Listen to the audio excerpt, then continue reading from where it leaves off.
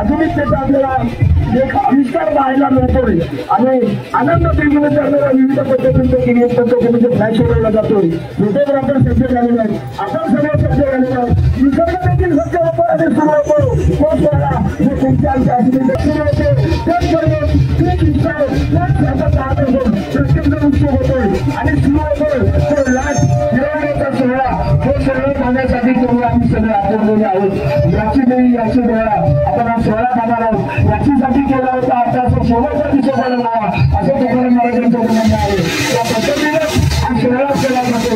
सोहळ्याची पूर्वतयारी मान्यवरांच्या उपस्थितीमध्ये मार्गदर्शनामध्ये होणार असतो. मराठी उद्योग केला जातो.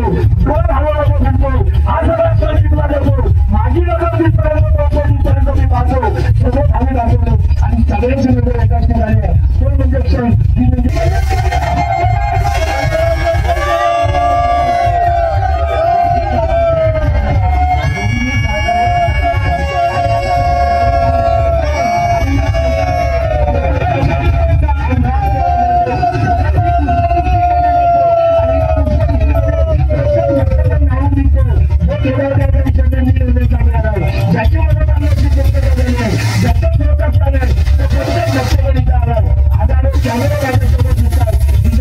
आपल्या डोळ्यामध्ये दिसतात, आपल्या कॅमेऱ्यामध्ये दिसतात. पुन्हा पुन्हा अक्षर मला पाहता यावा, माझ्याकडे पुन्हा पुन्हा गोष्ट दाखवता यावं अशा मनोभावना नवीन टेक्नॉलॉजीचा उपयोग केला जातो. आणि एवढी पद्धतीने मोठी असताना देखील स्क्रीनवर सायलेन्स आणि अक्षर कुठल्याच्या प्रत्येकाचा आत्मता पाहायला मिळतो.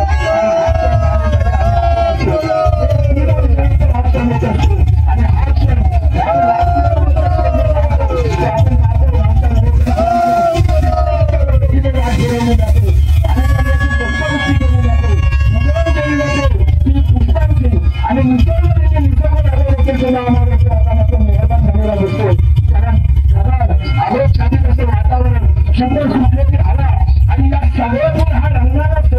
आणि केदारनाथाचं महात्म्य पाहायला मिळतंय. मला काल सर्वांपर्यंत संपूर्ण परिसरामध्ये पाऊस पडला, परंतु हा जगाचा आम्हाला पाहता यावा म्हणून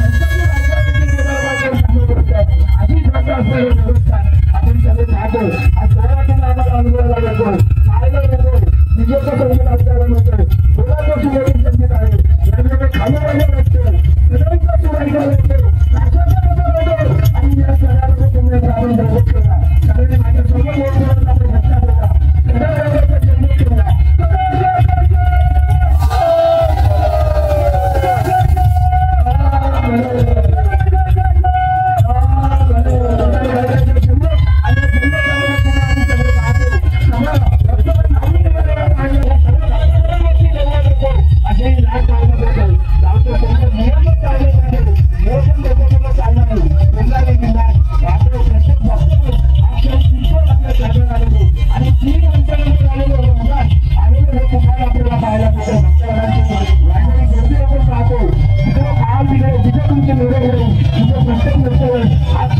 आपल्या कॅमेऱ्यामध्ये दिसण्यासाठी पाहायला